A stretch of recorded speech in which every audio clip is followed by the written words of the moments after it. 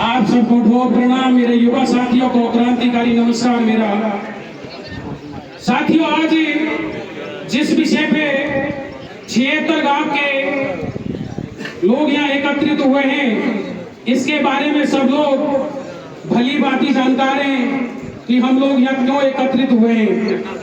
और आज मैं ज्यादा बड़ा चढ़ाकर नहीं करके केवल दो बातों पे बात करूंगा। एक बात, सरकार जो 76 गांवों की हत्या कर रही है, किस तरह कर रही है, किस योजनाओं के तहत कर रही है, और दूसरी बात है कि इस बांध को हम किस तरह से रुकवा सकते हैं। केवल ये दो बातों पे मैं अपना वक्तव्य रखूंगा। अगर त्रुटि होए तो क्षमा करें, क्योंकि मैं इतना बड़ा कोई वक्ता भी नहीं, मैं छोटा सा मामूली आदमी हूं आपके बीच में। साथियों, देखो ऐसा है, हम आज जिस लड़ाई को लड़ रहे हैं इसमें बहुत सारी बातों को ध्यान रखने की जरूरत है। और जो भी लड़ाई हम लड़ें, ये हमको संवैधानिक और लोकतांत्रिक तरीके से लड़नी है। ये नहीं हम राठौड़ी तरीके से लड़ें, क्योंकि अगर राठौड़ी तरीके से हमने इस लड़ाई को लड़ा, हम सक्सेस नहीं हो पाएंगे।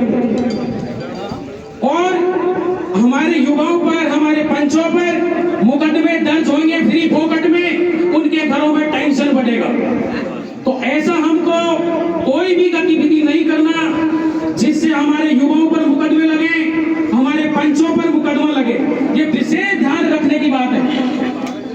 तो इसमें आप सब बहुत अच्छे से जानते हैं कि सरकार हमारे साथ क्या कर रही है। मेरे से सरकार के जितने दस्तावेज ऑफिसों से निकल पाए, जितना मैं सरकार से निकाल पाया, उतना सोशल मीडिया के माध्यम से, व्हाट्सएप ग्रुपों के माध्यम से आप सबके बीच में पब्लिक किया, में प्रसारित किया उस सबको।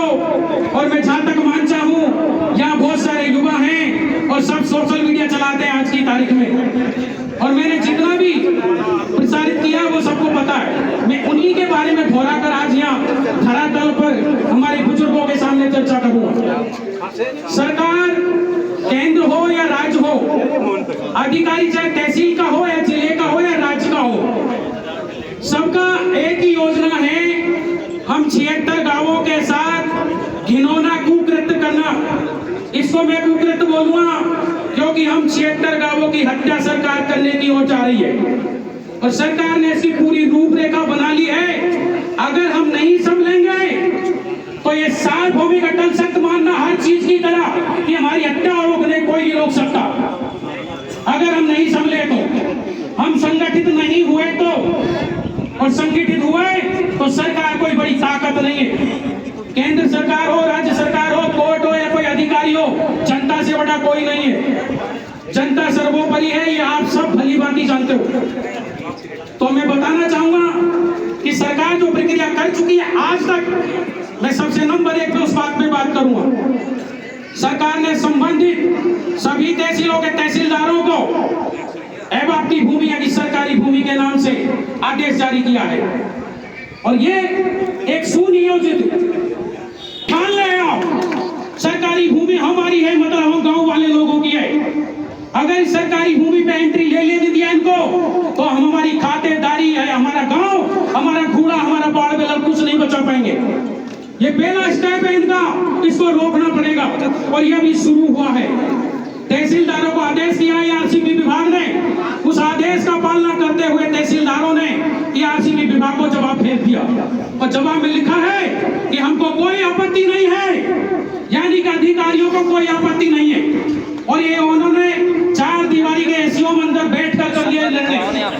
अब इसके बाद आता है ये ग्राम सभाएं करेंगे, और ये 4 ग्राम सभा में इस मुद्दे को निपटा देंगे। इसमें धारा 4, धारा 11, 12, धारा 19 और धारा 21 के तहत इन ग्राम सभाओं में सारे चैप्टर को निपटाएंगे ये लोग। इसमें सबसे पहले धारा 4 का जो गजट नोटिफिकेशन सरकार का निकलेगा, यानी जयपुर से निकलेगा, धारा जो है ये पहली शुरुआत है हमारी हत्या की तलवार का। अगर इसको नहीं रोका हमारी हत्या हो जाते हैं, क्योंकि पहला स्टेप रुकना जरूरी है। इसके बाद में ग्राम सभाओं में प्रस्ताव लेंगे, और ये प्रस्ताव में मुख्य भूमिका रहेगी हमारे सरपंच, उप सरपंच, वार्ड मेंबर और ग्राम ये हमारे अपने हैं। इस बात को मानते हैं ना हम सब कि ग्राम विकास अधिकारी को छोड़ के सरपंच, उप सरपंच, वार्ड मेंबर सब हमारे हैं। अगर इनको हम रोक नहीं पाए तो आगे हम कुछ नहीं करेंगे। हमसे ना अफसर रुकेंगे ना सरकारें रुकेंगी, क्योंकि जब हमारे सरपंचों को नहीं रोक पाए तो आगे नहीं रोक पाएंगे। इनकी ग्राम सभाओं की जो निर्णायक बैठक होगी उसमें जो प्रपोजल बनाया जाएगा उसमें आपत्ति अनापत्ति वहीं से जाएगी और वही मान्य होगी। हमारा ये भीड़ मान्य नहीं होगा। ये संवैधानिक विधि का प्लान है इनका। ये बहुत मायने रखती है भीड़ हमारी, लेकिन कानून की नाम की कोई चीज होती है और हमको नीति नियम विधि के विधान से लड़ना है, जन आंदोलन से लड़ना है। लेकिन जन आंदोलन के साथ विधि का विधान अनिवार्य समझ के लड़ना है। और आगे ये लोग ये सभी धाराओं की ग्राम सभाएं करके इनकी रिपोर्ट बना के आगे भेजेंगे सरकार को। इसमें अगर किसी प्रकार की आपत्ति नहीं रहती है तो आगे धारा 11-12 के तहत अपनी डीएलसी रेट तय करेंगे। कंपनसेशन, बीएसआर कंपनसेशन के तहत ये डीएलसी रेट पे हमारा मुआवजा तय कर रहे हैं। 500 पेज का इन्होंने पूरा रिकॉर्ड हमारी हत्या करने का बनाया है, जिसमें हम 76 गांव है अभी, लेकिन सरकार की नजर है 280 गांवों पे, धौलपुर से लेकर यहाँ तक, जिसमें सबसे ज्यादा गांव है करौली और सवाई माधोपुर के। अभी 76 गांव का हत्या का फरमान इन्होंने जारी कर दिया है, जो सबको मालूम है। इसके बाद में ये लोग जैसे 11-12 की धारा सक्सेस इनकी हो जाती है तो ये आगे धारा 21 को अंजाम देंगे, और वो अगर सक्सेस हो जाती है तो धारा 11 और 12 का गजट नोटिफिकेशन है, उसके तहत ये अपने काम को अंजाम देंगे धरातल पर। और उसमें अंतिम इनकी प्रक्रिया 18 माह की इन्होंने कागजों में तय कर रखी है, यानी कि 18 माह में इनको मुआवजा देकर हमको और धरातल पर काम खड़ा करना है। ये इनकी शॉर्ट एंड शूट में आपके सामने वो है। अगर लंबा चौड़ा इजाजत आप दे दें तो एक एक लाइन के साथ मैं कहना चाहूंगा। मैं इजाजत चाहता हूं आप सभी पंच परमेश्वरों से।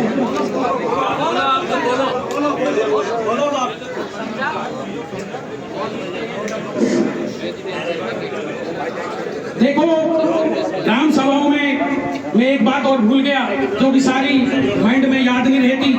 अगर इतना ही होता तो कहीं यूपीएससी फाइट करके आईएएस होते। इसमें क्या है,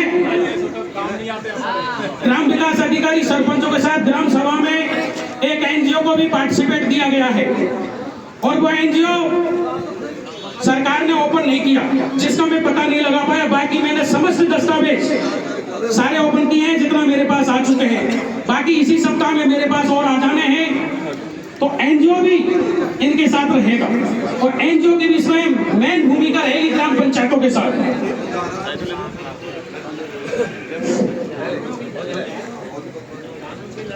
अब ये जो ग्राम सभा का है, इसमें अगर पहली ग्राम सभा में आपत्ति नहीं जताई गई तो ये आने वाले दूसरे महीने में, यानी 2-2 महीने के अंतराल में ये चारों ग्राम सभाओं को तय करेंगे, और चारों ग्राम सभाओं में टोटल प्रक्रिया। अगर हमने अभी आपत्ति जताई तो पहली ग्राम सभा में आपत्ति उधर चली जाएगी, और आपत्ति चली गई सरकार के पास तो हम अगली प्रक्रिया को, मेरा आप सभी से निवेदन है, देखो ऐसे घुसुर नहीं करें प्लीज, बात को ध्यान से रखें। अगर नहीं सुनना है भैया शांति बनाए रखो सारे लोग। जानकारी ये धारा 11-12 का जो बजट नोटिफिकेशन है, इसी कहते हैं डीएलसी रेट रहेगी, उसका 2 गुना जमीन का पैसा मुआवजे के रूप में सरकार देने का प्लान बनाया है। अगला है, जैसे 2 गुना जमीन का पैसा हो गया और हमारे बाढ़ बेलड़ों को हो गया, पेड़ पौधों को हो गया, सबका मुआवजा इन्होंने अलग अलग तय किया है। लेकिन जैसे मकान की हम बात करें, या फिर हम कई लोग कहते हैं या 4 गुना मिलेगा, 7 गुना मिलेगा, ऐसा कुछ नहीं है। 2 गुना फिक्स है जमीन का।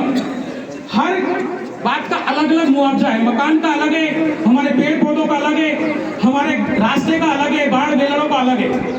रिकॉर्ड में 500 पेज की जो फाइल है सरकार की, उसके अंदर एक एक बात का अलग अलग मुआवजा है। और ये सारी बातें मैं मेरी कोई मनगढ़ंत नहीं बोल रहा हूँ, ये ऑफिसों से अधिकारियों से जो वार्ता मेरी हुई है दूरभाष पर या मौखिक मिलकर, मैं वही बातें आप सबके सानिध्य में रख रहा हूँ। इसमें जो नगर पालिका क्षेत्र से हमारे गांव की जो दूरी रहेगी उसके आधार पर दूसरा भी एक मुआवजा हमारा बनता है। जैसे जमीन का 2 गुना हमारा मुआवजा तय हो गया, उसके अलावा नगर पालिका क्षेत्र से जिस गांव की जितनी दूरी रहेगी, जैसे मान लो किसी का गुणांक फैक्टर आ रहा है आधा, तो उसका 2.5 गुना मुआवजा बनेगा। जैसे जिसका गुणांक फैक्टर आ रहा है 1, उसका मुआवजा बनेगा 2.5-3 गुना, और 2 गुना आ रहा है उसका 3 गुना बनेगा। और अधिकारियों के मुताबिक यह है कि गुणांक फैक्टर 2 से 2.25 के आसपास तय होना है। ये इनकी कानून कार्रवाई है यहाँ की। अब ये बीएसआर कंपनसेशन की जो रेट आएगी उस समय पर, उसी के आधार पर ये मुआवजा तय करेगी गवर्नमेंट। अभी गवर्नमेंट में तय नहीं है कि कहाँ किस गांव में किस किसान को कितना मुआवजा देना है, ये बिल्कुल कोई तय नहीं है। ये तय करेगी बीएसआर की कंपनसेशन की जो रेट आएगी उस समय पर, उसी के अनुसार ये तय होगा।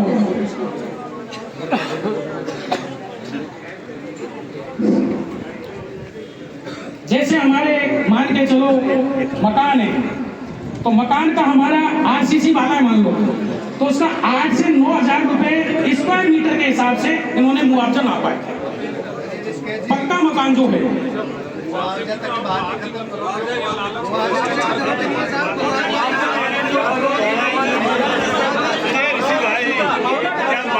लगन बाकी लगन रोक देखो साहब, 1 करोड़ का बरोबर एक आदमी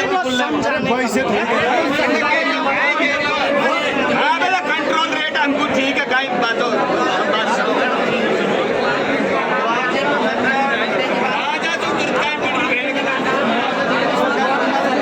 सरकार की भेड़ की सरकार की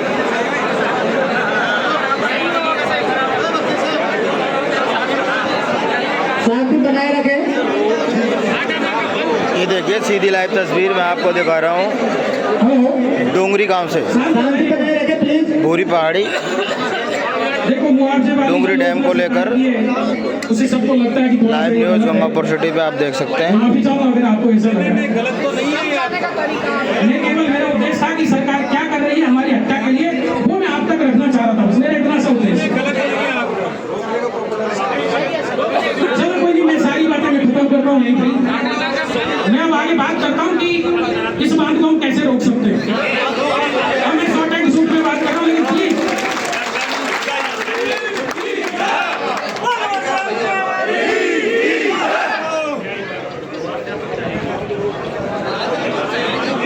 मेहरबानी करके सबसे पहले शांति बनाए प्लीज, क्योंकि सबको बात तभी सुनाई देगी। साथियों देखो ऐसा है, आप नकारात्मक कभी नहीं सोचे। आप ये नहीं सोचे अरे यार वो तो सरकार की योजना है, केंद्र की योजना है, मोदी बाबा की योजना है। एक बात मैं कह देता हूँ आत्मविश्वास के साथ, 76 गांव के लोग अपनी आत्माओं में आत्मबल रखना, अपना आत्मविश्वास मजबूत रखना। सरकार आपसे बड़ी नहीं है। मैं साफ शब्दों में